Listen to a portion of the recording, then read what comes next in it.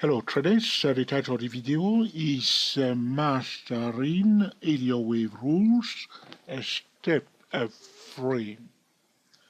Alright, have you watched step 1, step 2? Alright, that's very good. Now this is step 3 to Mastering Elliott Wave Rules. What we are doing here, we do not want to talk only about the Elliott Wave rule. We want to talk about how can we use the Elliott Wave rules to time the market, to forecast the market, and to make excellent day and swing trading or position trading, or even investing decisions in the financial market. Anybody can learn about the Elliott Wave rule, but how do we use those Elliott Wave rules to make a practical trading and investing decision in the financial market? Let's get started. The third wave should not be the shortest motive wave. So you will say, Joe, you already explained it, why the third wave should not be the shortest wave. But today what we are about to talk about is what kind of deductions that we can make from that specific Elliott wave rules. The third wave should not be the shortest motive wave. Everybody knows it. There's nothing new that, George, you are talking about today. But what will be new today is what can we deduct from that specific Elliott wave rule, all right? So the first reason why the third wave should not be the shortest impulse wave, remember what we said in step 2, is that a correction should be minimum. So now what can we deduct from that? A correction should be minimum. So we can deduct that if a correction should be minimum, an impulse wave should not be minimum. Can we deduct that? If you disagree, let me know in the comment, because I want to know. We are saying that a correction, a normal correction in step 2, should be a minimum correction. There are other corrections that are not minimum. Not all corrections are minimum, but generally speaking, a normal correction, which is represented by number 3, should be a minimum correction. So we can deduct that if a correction should not be a minimum, what else can be, okay? If a correction should be minimum, okay, what can we deduct from that? We can deduct that an impulse wave should not be a minimum a price move. An impulse wave should be extended. An impulse wave should be prolonged. Alright? An impulse wave should be dynamic. Therefore, the third wave, if it is an impulse wave, should not be the shortest wave. Another reason which I explained to traders before, that the first buyer are in the market, and the pullback, which is the second wave, is another invitation to buy. We have more buyers joining the first buyers. So we know that. That's why the third wave is usually extended. So referring to the rule that we are talking about now, that the third wave should not be the shortest, we can deduct that, all right, the third wave, which is an impulse wave, should not be minimum, should be prolonged, should be extended, should be dynamic. Alright? You have to understand one thing also I said to traders before, because the second wave, if the second wave is minimum, we will expect the third move should be in the direction of the first move, and should also be an impulse wave, because an impulse wave followed by a corrective wave is usually followed by another impulse wave. Now, if we have a normal correction and an impulse wave is not dynamic, all right, what will happen? So think of it again. Look at it in a different way. Suppose the third wave, so you have first wave and your third wave is here. So suppose this move here, from here to here is the third wave. Suppose this is your third wave right there. All right. So what you need to do, anytime you count first wave and the second wave, if the third wave in comparison to the first wave is shorter than the first wave, we will start thinking that that trend may have difficulties to continue. Can we deduct that?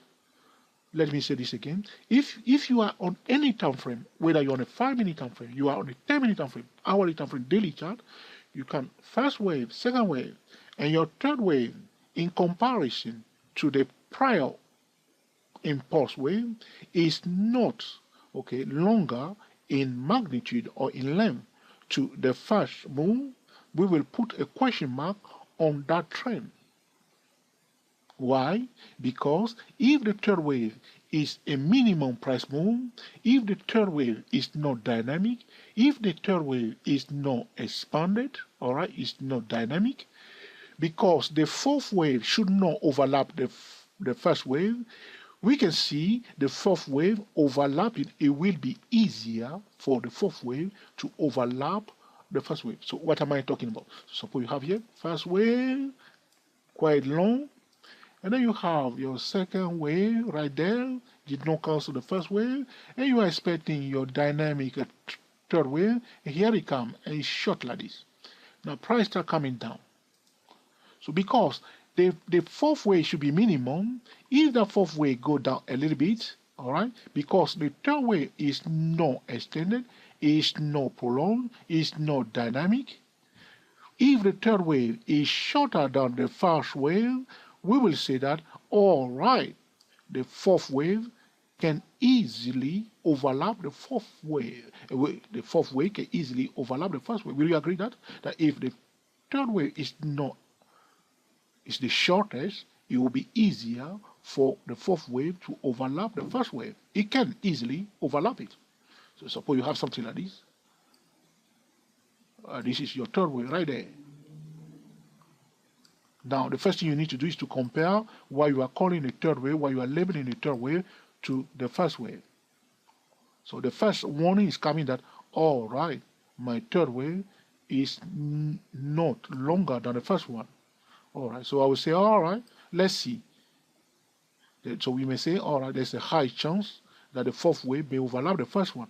Will you accept that? Another thing that we can deduct is that if we see first wave and second wave, and we see that the third wave is shorter than the first wave, we will say that probably that third wave is not finished yet. It's likely to be extended. Because the Elliott wave count is dynamic, so you are here, you call this one. Are you getting it? Or if I don't make any sense, let me shout it out in the comment section. So you call this first wave. You say, all right, I'm happy with that, George. Good. And then you call this one second wave. And you say, all right, George, I'm happy with that. That's my second wave. And now you are now in a third wave. Are you with me? Because we are counting wave one step at a time. You don't know what's going to happen, whether the third wave will be prolonged or not. You are here. Now the price start coming down. You are here now. The price start coming down. So now here you are. You call this one first wave, second wave, third wave. No Elliott wave violation so far. This is your third wave at this junction with the information that we got. That's all you can say. All right, now the trick that you can do is to compare first what you are calling that third wave to compare it to the first one. So now you see that, okay, that third wave, what you are calling at that junction third wave is not longer than the first one. The first deduction is that, okay, well, in that case, there's a high chance that the fourth wave may overlap the first one. Will you agree? Okay. Another deduction that you can make is that, all right, probably this is not a real third wave, that we are likely to see an extension of the third wave. We are likely to see this may be just the first minor wave of the first wave. Is that making sense? Can you deduct that? Am I making sense, or am I just talking blah blah blah today? Let me know. I want to know. Okay, let's continue the discussion in the comment section. All right. So anytime you are counting wave, you say, so you are here. You say, all right, first wave, second wave. Now you are here. You say this is the third wave. Okay, you say, all right, compare the third wave. That at this so price start coming down here. You say this is the third wave. You say, whoa, wow. So if you were here, just here, you see price start coming down. You say, whoa, first deduction. That third wave in comparison to the first one, It's not the longest. Okay, so the fourth wave can easily overlap the first one. Okay, all right. But if the fourth one did not overlap the first one, then you will deduct that, okay. So here, you see, you overlap it. You see, you overlap it. But suppose it did not overlap it. So you call first one, second wave, third wave. If you call something for the first time third wave, and it's no longer than the first one, what do you need to do? You expect that the fourth wave may overlap the first one, or if the fourth one did not overlap the first one, that the one you are calling the third wave is just probably the first minor wave of that third area wave. Or if that fourth wave overlap the first one, alright, any price breaks above the high of what you are calling the third wave, you will expect a continuation. You will expect an extension of the third wave. Am I? So that you have to understand what's going through my mind. I'm trying to communicate something. I want to make sure that you get it. Or if I'm not making any sense, let me know in the comments. So you are here, first wave, second wave, third wave. You compare that third wave to your first one. You say, whoa, whoa, whoa, whoa, whoa. That third wave is no longer than the first one. Probability, high probability that the fourth one will overlap it. Here it comes. You overlap, you say, yes, that's exactly what I just said. Violation of Elliott wave principle. A correction may continue. This is not a trend. Now here the price comes, breaks above that what you are calling third wave, and finds support. What will go through your mind? Now you overlap it, now it goes above it. You'll expect an extension of the third wave. Is that a good deduction? Am I putting to use my mathematics knowledge for the financial market? If not, let me know in the comment section. The third area wave should not be the shortest motive wave. Very, very important point. Because the fourth wave, if the third wave is the shortest wave, the fourth wave can easily overlap the first one. Alright? But if the fourth wave overlaps the first one, but the price goes above the high of that supposed to be third wave, we will expect an extended or a more prolonged or a complex third area wave. Is that a good deduction? The third wave should not be the shortest motive wave in comparison to the first and the fifth wave, alright? Because a correction should be minimum, we can deduct that an impulse wave should not be minimum. We will expect a more dynamic price action in a third wave, because it's an impulse wave, should be dynamic, should not be minimum. Is that a good deduction? Alright? The third wave should not be the shortest, alright, motive wave. So this is another deduction that we can make here. So price goes up, you say, phew. Say, alright, John, you talk about it for too long. I'm fed up with you now. You talk too much. We want you to keep it for under 10 minutes. Here you are talking too much. Okay, now, so you see now, so, okay? Here it comes. So you compare your third wave to the first one. Here it comes. You see, alright, it's the shortest wave. It's shorter than the first one. You see, alright, the fourth wave can overlap the first one.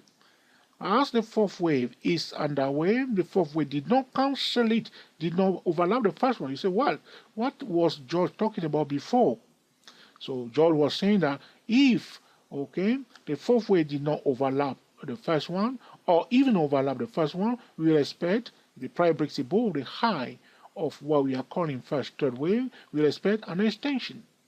Here you are. So price goes above the high of what you are calling first third wave, you will expect an extension. That's what you expect, okay, a complex third wave subdivided into 5 minor waves. Okay. But that is not what has happened. The price goes up 1, 2, 3. Your third wave in comparison to the first one is shorter than the first one. And here we come. So after this move here, because remember the wave count is dynamic, yes or no? So you are going along as the price goes. The price goes up 1, 2, 3. You compare that third wave to the first one, you see that it's the shortest one. So you deduct that the fourth wave may overlap it. It did not overlap it. Whoa, right? So you see what's going on. If it did overlap it, you definitely deduct that, all right, probably the third wave will be extended, will be a complex third wave subdivided into 5 waves. Or we have an Elliott wave violation, and this is not a trend. A trend is not going to happen. That can be another deduction. But here it is. See, first wave, second wave, fourth wave, first wave, second wave, third wave, fourth wave, and the fifth wave also breaking above it. You check something clearly. You say that George said that the price does not go up or down for no reason. You notice that the price is also at the target level at the end of the fifth wave. Your RSI period 14 exhibits a clear cut, all right, divergence. You check the higher degree wave count, the lower degree wave count. You do all the verification. You say, all right. It looks to me that a correction is going to begin on a higher degree, and also a correction is going to begin on a lower degree. Here we are. This is the end of the fifth wave. So you see that the fifth wave, anytime we are in the fifth wave, we will expect that a fifth wave can also be extended. So you put a line there. Here it starts coming down. All right? But as you are here, this is what I want you to understand. As you are here, the fourth wave did not overlap the first one. All right? What is going through your mind as you are calling this one the fifth wave extension or the expansion of the third wave? So once the third wave in comparison to the first one is no longer, and you see your fourth wave, you will expect the following move here, all right? If we are about to have a trend, if this is a trend that is starting from here, I'm choosing my word carefully because I don't want traders to misunderstand what I'm trying to say here. Now, if this is truly a trend, and you have something like this, and the fourth wave did not overlap it, we will, if it's truly a trend, we will expect the fifth wave to be shorter than the third wave. Will that be a deduction? Will that be a correct deduction? So you see your first wave, you see your second wave, you see your third wave. The third wave is shorter than the first one, giving us a warning. Okay, we say that probably the fourth wave overlapped the first one. It did not. Fourth wave was gentle, was minimum. Now the fifth wave also here. Now a correction is beginning here. Now a fifth wave is underway. You check the higher degree wave count, you check the lower degree wave count, you know that, okay, this is not the third wave an extension, all right? This is not an expansion of the third wave. You know that definitely this one is the fifth wave. As the fifth wave is underway, from this point onward, what will you deduct? You will deduct that if this move from here going up to the target level right there is truly a trend, all right, is an impulse wave, is a multi-wave itself that is subdivided into 5, we will expect the fifth move to be shorter than the third move, because the third wave should not be the shorter multi-wave. Because the third wave is shorter than the first wave, you will not expect the fifth wave to be longer than the third wave. However, it does not mean that definitely this move that is starting here will definitely be shorter than the third one. But if it's going to be a trend, if this is truly a trend, this is exactly what you expect. Am I making sense? If this is truly a trend and the third wave is shorter than the first wave, we'll expect the fifth wave to be shorter than the third wave, unless this has nothing to do with the trend, unless this is not a trending phase. Now, there are more deductions that we can make from the third wave shouldn't be the shortest wave. Those deductions will help us to forecast the market, to predict the next price action, to have a bit of idea, to make some projection in the financial market, expecting, for instance, the fourth wave likely to overlap the first wave, the third wave likely to be expanded, all right? Fifth wave likely to be shorter than the third wave itself. Possibility that we may see a reversal from here straight away. That's another deduction. So if you see one, you call something first price move after consolidation, first price move, second price move, you call this one third move. This is something to do again with the minimum price move. If the third move is shorter than the first one and the price found a resistance here, we are likely to see a reversal. Or the fourth wave, this move here is likely to overlap the first one. That's why the third wave should not be the shortest wave. Is this video useful to you, my friend? Have you found it useful? Is this another blah blah blah? Alright. Let me know in the comment section and we will keep the discussion going. Alright. So this will conclude our discussion today about mastering Elliott wave rules at step 3. The third Elliott wave should not be the shortest wave. What can we deduct from it? How can we use that specific Elliott wave rule to make a practical day swing trading, position trading, and investing decision in the financial market? If you have any question or suggestion, put in the comment section, and in due course I will be recording another video to answer your specific question. If you like the video, let us know by giving us the thumbs up. If you think that this is another blah blah blah, George, all right, enough of you, mark it down, quickly mark it down, don't hesitate to mark it down. That will put us under pressure to improve our next recording. However, if you think this is an essential tutorial, feel free to share with your friend on Google+, on Twitter, and also on Facebook. Alright? Until the next time, enjoy yourself and be very happy. We are the GSTW24 traders talking about mastering Elliott wave rules, step 3. Happy trading to you all and speak to you soon.